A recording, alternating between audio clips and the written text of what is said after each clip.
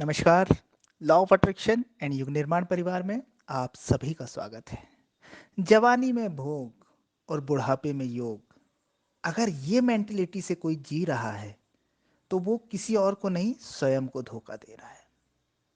आजकल अधिकांश लोगों की ये मान्यता है, मेंटेलिटी है कि जवानी मिली है, अभी तो जीने का समय है। योग, ध्यान, पूजा पाठ, अध्यात्म, ये सब तो बुढ़ापे में की जाने वाली चीजें हैं। अभी तो जी लो जीवन को। यही सोच यही सोच बुढ़ापे को खराब कर देती है और जन्मों जन्मों के आपके बंधनों का निर्माण कर देती है। जन्मों से आप यही तो करते आ रहे हैं ना। अभी जी लो, अभी ये कर लो, अभी वो कर लो।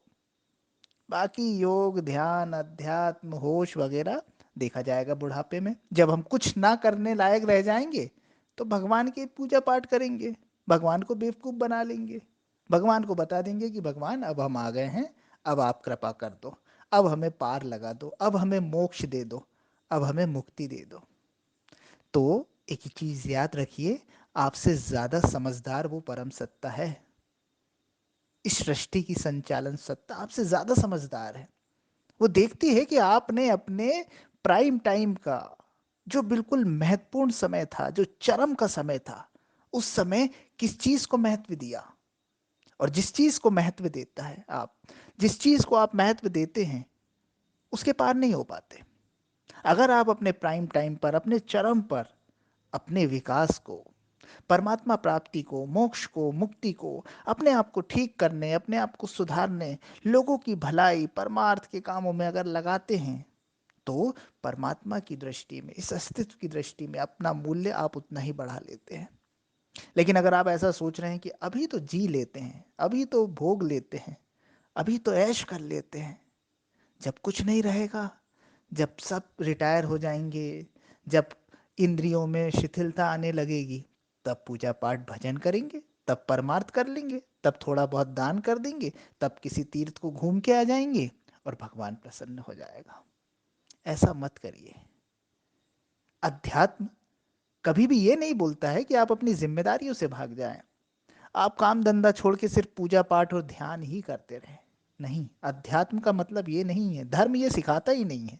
धर्म तो कर्तव्य पथ पर डटे रहने को सिखाता है, लेकिन श्रेष्ठता के मार्ग पर, अपनी बुराइयों को खत्म करके, अपने भीतर को सुधार करके, अशुद्धियों को दूर करके, निरंतर अपने विकारों से मुक्ति पाकर आप रोज भी योगी हो सकते हैं, रोज भी ध्यानी हो सकते हैं, रोज भी आध्यात्मिक हो सकते हैं।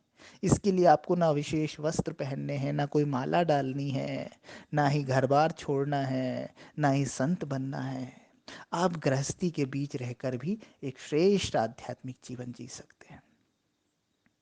तो आज से आप आध्यात्मिक हो सकते हैं, आज से आप ध्यानी हो सकते हैं, आज से आप महान हो सकते हैं, आज से आप परमात्मा के कृपा पात्र बन सकते हैं। तरीके बदलना पड़ेगा, चिंतन बदलना पड़ेगा, बुराइयों से ऊपर उठना पड़ेगा, अच्छाइयों को धारण करना पड़ेगा। वास्तव में आध्यात्मिकता महान बनने का मार्ग है, अपने आप को सुधारने का, अपने आप को मांझने का, अपने आप को ठीक करने का मार्ग है। आध्यात्मिकता भागने का नहीं, जागने का मार्ग है। तो भविष्य में आप सोच रहे हैं कि ये समय आएगा और फिर मैं अपने मुक्ति और मोक्ष के लिए काम करूंगा, फिर मैं भगवान को प्रसन्न कर लूंगा, अभी तो मैं जो भी कर रहा हूँ इन सब पापों को मैं 50-55 साल की उम्र के बाद धो दूंगा। तो ऐसा नहीं हो सकता। आप किस समय क्या कर रहे हैं, इसकी महत्ता है।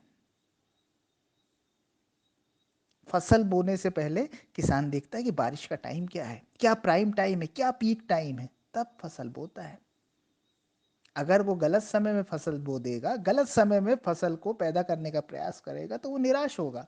वैसे ही आप सोचें कि आप अपने पीक टाइम, प्राइम टाइम पर गलतियां करें, बुराइयों में फंसे रहें और समय निकल जाने के बाद इनको धोने का प्रयास करें, तो ये संभव नहीं हो पाएगा, आप सफल नहीं हो पाएंगे। तो कृपया इस चीज को ध्यान रखिएगा।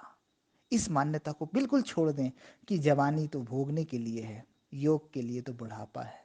नहीं, अभी और इस समय अगर आप अपने में सुधार नहीं कर सकते, तो फिर आप कभी नहीं कर पाएंगे।